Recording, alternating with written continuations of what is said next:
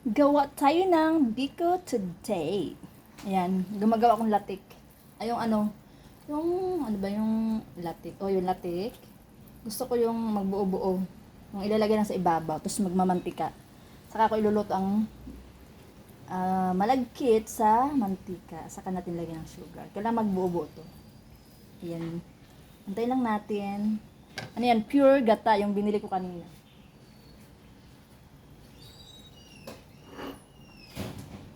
Tapos, ito na yung aking malagkit. May nakaready na ako. Ayan, niluto ko na kunti lang. Ano lang. Matugunan lang ang cravings, charot. Ayan, hayaan lang natin yan sa ganyan. Pero babantayan natin. Ganun-ganun natin. Sarap. Mabango na. Ano pa lang, latik pa lang mabango na. Ayan mga sangkay, medyo nagbubuo-buo na. Huwag lagi halo ng halo para hindi madurog. Mamaya mo na dapat siya haluin. Ayan o, yan. Malapit na. Kunti pa, medyo pang tagal pa pala. Ayan mga sangkay, mantika na. Ganun natin. Namantika na siya oh. Siyempre papa-brown natin. Papa-brown.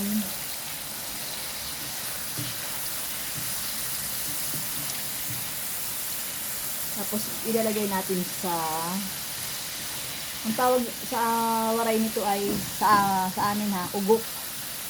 Ugok ka, charot. Ugok. Tapos yung lana, pwede na pampahid sa madaling Ayan, yung hindi pa nakakauwi dyan.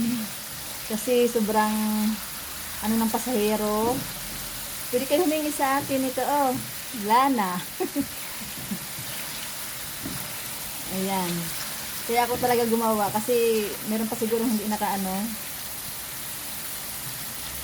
sobrang traffic sa Bicol. Ay, nako. Ayan, may lana na ako. Papa-brown natin yan para sarap. Buo-buo na, di ba? Ayan namang sangka. Yan, nag-brown na. Pero lutuin pa natin kasi iba hindi pa, oh.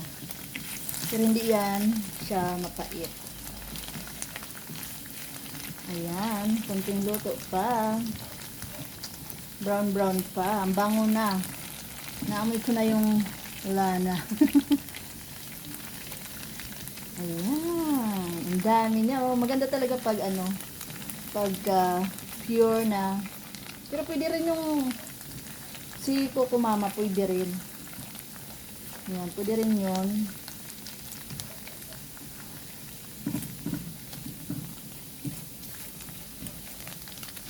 Pwede rin naman yun. Pwede.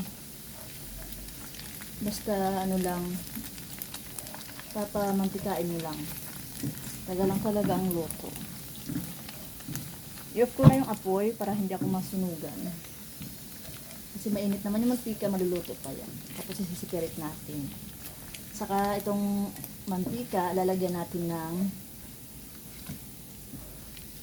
ayan.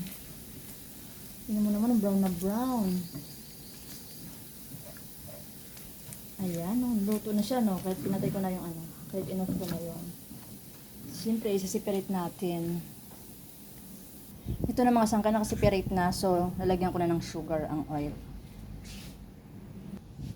Ayan, mas kubado gagamitin ko. 1, 2. Huwag masyado matamis. Baka matamis. Ayan lang. Tapos haluan natin ng asin. Buksan ko muna yung apoy. Haluan natin ng asin para maglaban ang lasa ng alat-alat at mantamis. Siyempre konting asin lang mga sangkay. Baka naman masubrahan din. Haluin natin. Tunawin lang. Ayan.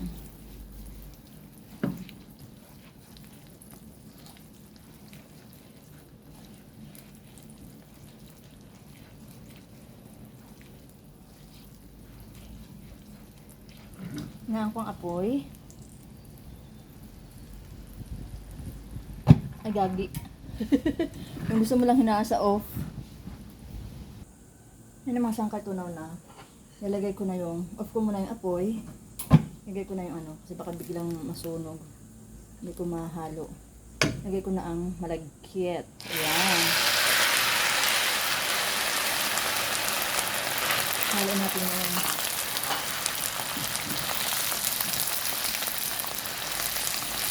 Ayan. Parang amoy sunog na. Sarap. Ano na hindi na.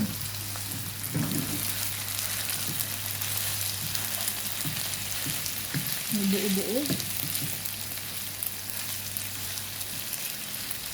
Ito lang ginamit ko ay ano. Yan, mix lang natin. Lagyan din pala natin ng itong sa kalamansi, yung dahon ng kalamansi pero yung bata para mabango. Yan, see you later. Ayan ang mga sangkay, kunting ano pa. Para kumapit ang kulay niya talaga sa malagkit. Ayan. Kunting ano pa. Ayan ang mga sangkay done na. Ililipat ko na siya sa Pyrex. Saka ko ilalagay ang aking ugok. Tara. Ayan ang mga sangkay na isalin ko na. So, nilagay ko na rin yung ano, ikakalat lang natin. Ayan, kung sino may gusto sa biko, pwede kumuha dyan. Kunti lang naman yan, oh. Hindi kailangan marami. Ayan, sarap. Ang sarap nito. Yan, ganyan kulay. Medyo brown na brown talaga, pero hindi siya mapait. Masarap. Kasi crispy. Thank you for watching. Kainan time.